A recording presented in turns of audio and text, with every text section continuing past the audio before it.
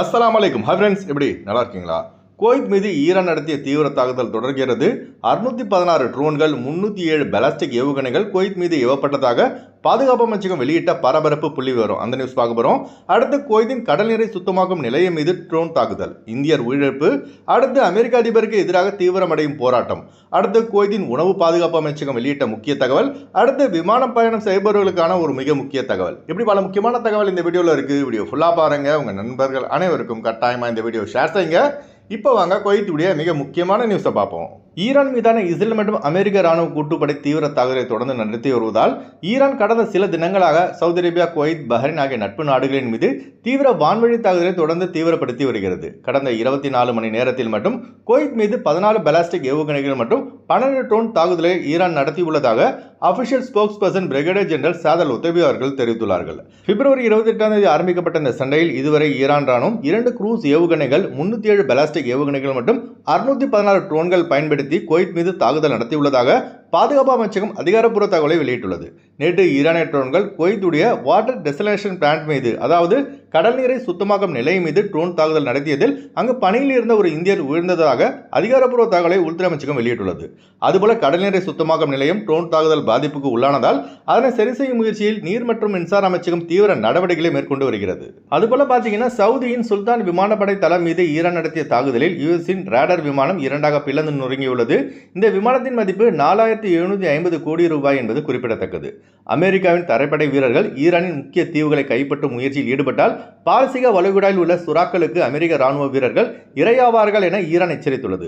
நாளுக்கு நாள் இந்த சண்டை முடியும்னு பார்த்தா சண்டை முடிகிற மாதிரி தெரியலைங்க, உக்கிரமாகத்தான் போயிட்டு இருக்கு. உடனடியாக ஈரான் மீது தாக்குதலை அமெரிக்கா நிறுத்த வேண்டும் என அமெரிக்க மக்களே வீதியில் இறங்கி அமெரிக்க அதிபர் டொனால்டு ட்ரம்புக்கு எதிராக கோஷங்களை எழுப்பி வருகிறார்கள். இந்த வீடியோ பாருங்க. சுமார் 8 மில்லியன் அமெரிக்க மக்கள் ட்ரம்புக்கு எதிராக தங்கள் கண்டனத்தை பதிவு செய்துள்ளார்கள். அமெரிக்காவை டொனால்டு ட்ரம்பின் செல்வாக்கு பெருமளவில் குறைந்து வருகிறது. இனிமேலாவது டொனால்டு ட்ரம்ப் தனது தவறை உணர்ந்து உடனடியாக ஈரான் மீதான தாக்குதலை நிறுத்தினால் மட்டுமே ட்ரம்புக்கு நல்லது. இல்ல நான் பிடிச்ச முயலுக்கு 3 கால் தானே ஈரானை தொடர்ந்து தாக்கிட்டு இருந்தா அமெரிக்க மக்களே ட்ரம்புக்கு தக்க பாடம் சொல்லிக் கொடுப்பார்கள். உலகம் இதுவரை சந்திக்காத மிகப்பெரிய பொருளாதார பிரச்சனை ஏற்படுத்தி விட்டதுங்க இந்த வளைகுடா சண்டை. குவைத்தில் உள்ளவங்க தினமும் நைட்ல நிம்மதியாக தூங்க முடியல. நைட் ஃபுல்லா சைரன் ஒலி எச்சரிக்கை எழுப்பப்படும் போது எங்கடா நம்ம மேல ஏதாவது விழுந்துருமோ என்ற அச்சம் உள்ளுக்குள்ள வருது. ஊரில் வாங்கின கடன், பசங்க படிப்பு, வீட்டு செலவு இதெல்லாம் நினச்சி தான் உயிரே போனால் பரவாயில்லன்னு நம்ம ஆளுங்க அரபு நாடுகளில் கஷ்டப்படுறாங்க. ஊரில் போய் ஒன்றும் பண்ண முடியாத என்ற காரணத்தினாலே வாழ்வாசாவா வெளிநாடுன்னு நம்ம ஆளுங்க வாழ ஆரம்பிச்சிட்டாங்க.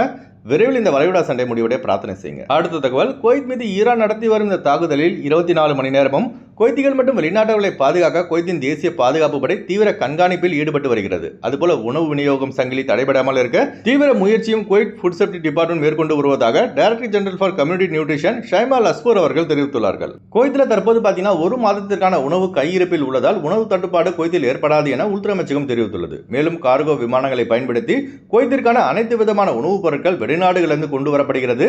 அதனால் இந்த சண்டையில் உணவு பற்றாக்குறை குவைத்தில் ஏற்பட வாய்ப்பில்லை. அடுத்த தகவல், குவைத்திலிருந்து இந்தியா ஸ்ரீலங்கா செல்ல இப்போதைக்கு ஒரே வழி தாங்க இருக்கு. சவுதி அரேபியாவிற்கு வாகனம் வழியாக சென்று அங்கிருந்து சவுதி அரேபியின் தமாம் அல்லது ரியாத் ஏர்போர்ட் வழியாக தான் இந்தியா ஸ்ரீலங்காவுக்கு செல்ல முடியும். அதே போல ரிட்டர்ன் குவைத்துக்கும் வர முடியும். இப்போதைக்கு இந்த ஒரே ஒரு வழி மட்டும்தாங்க இருக்கு. எமர்ஜென்சியா இந்தியா ஸ்ரீலங்கா செல்பவர்கள் ஸ்கிரீனில் கொடுக்கப்பட்டுள்ள ஜியா டிராவல்ஸ் நம்பரை தொடர்பு கொண்டு விமான டிக்கெட் பெற்றுக்கொள்ளலாம்.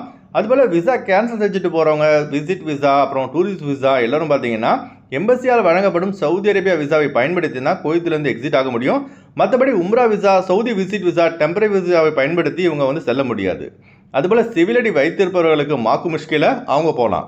என்னுடைய கணிப்புப்படி இன்னும் பார்த்தீங்கன்னா 1 மாதத்துக்கு குவைத் ஏர்போர்ட் ஓப்பன் செய்கிறது கஷ்டம் தாங்க. விரைவில் இந்த வளைகுடா சண்டை முடிவோட பிரார்த்தனை செய்யுங்க. அடுத்து வாங்க குவைத்துடைய தினார் ரேட் பார்ப்போம். ஒரு தினார் குவைத் இந்தியாவின் மதிப்பு 306 ரூபாய் உள்ளது.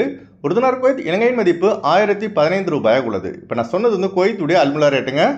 அடுத்து குவைத்துடைய கோல்ட் ரேட் பார்ப்போம். 1 கிராம் 24 கேரட் தங்கத்தின் விலை 44 தினார் 962 ஃபில்ஸாக உள்ளது.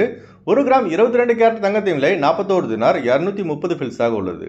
ஓகே ஃப்ரெண்ட்ஸ், இந்த வீடியோ ஷேர் செய்யுங்க. இந்த வீடியோ சம்பந்தமாக நீங்கள் என்ன நினைக்கிறீங்க என்பதை மறக்காம கமெண்ட்ஸில் பதிவு செய்யுங்க. எப்போதும் இணைந்திருப்போம். உங்களின் ஒருவன் ஜியாவுதீன். அஸ்ஸலாமு அலைக்கும்.